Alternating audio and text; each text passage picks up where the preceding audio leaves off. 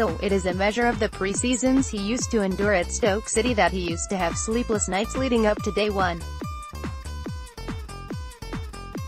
But this is Delap, and by the time he was actually being marched around Clayton Wood or running up a hill in Austria, he was in full stride. He said, "I hated the build-up to pre-season, but as soon as I stepped out onto the grass I knew the reason behind it all.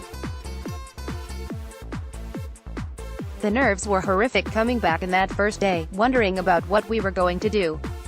You could see that in the lads on Wednesday, trying to ask questions about runs. That will never change. But I used to enjoy it, pushing yourself to where you didn't realize you could go at times, especially here. That was being pushed to the limits. The lads expected. If they don't expect a tough pre-season, then they shouldn't be in the game."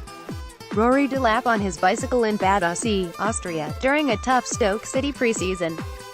Image, Martin Elliott. The former midfielder is 41 now but looks fit enough to be leading from the front after returning to Stoke as coach. He has spent the last 5 years since hanging up his boots building up his reputation on the other side of the chalk line at Derby County. It may seem unnatural with a whistle around his neck, but he insists it hasn't always been on the agenda.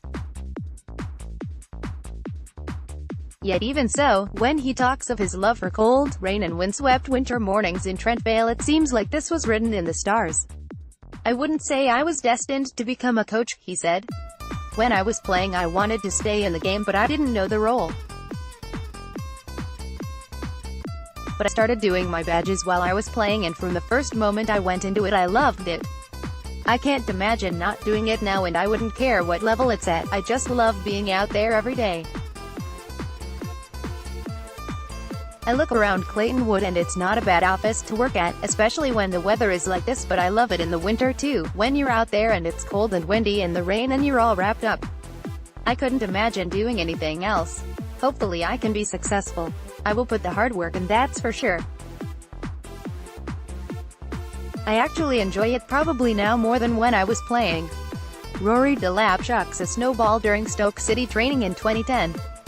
Image, Bill Radcliffe. Delap remains grateful to Derby for giving him the chance to find this second life in the game and the confidence to trust himself. He said, "I have done my groundwork. I started with the under-13s and 14s and learned so much from those young lads, and watching other coaches and the first-team staff. If you'd said to me then to go and take a first-team role, I would have run a mile. When I started I used to get the pitch furthest from the parents because I was that nervous. But that's the same as anything, you build your confidence. Over the last year, 18 months, Gary got me involved in some of the first team sessions at Derby, and you build that confidence up to where I think I can handle that. I was ready for that next step." Rory Delap and Andy Wilkinson in Stoke training with John Walters and Abdoulaye Faye back in their playing days. Image, Sean Smith, Sentinel. The rollback at Stoke will be focused on the first team with an overlap into the academy, building a bridge to senior level. "It's a great role and it's like when you could have written one down for me," he said. "I'll be working with Wade, Elliott and Rooster, Kevin Russell, and Rich Walker and Wilco, Andy Wilkinson, who's going to be working with the 18s, which is fantastic. We're all on the same page.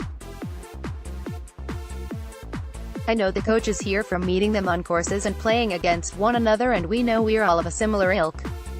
We have similar beliefs, which will work well with the gaffer because he's that way inclined as well. If you're not going to be at it and work hard and have that energy and enthusiasm every day, then you're probably not going to end up with a shirt." Delap and Wilkinson probably embody the Stoke DNA that was mourned in its absence in the Premier League last season, but he is adamant there is no point either of them being back at the club unless they are delivering in their new jobs. "It's only good if we want to improve wherever we come back into the club," he said. "I know Andy really well and I've kept in touch with him since I left, and I know he's desperate to improve. There's no point coming back because we played here and had a decent time. You've got to give something and add something to the squad and hopefully improve the club as a whole, both individually and as a team. If I'm not doing that, then I don't deserve to be here."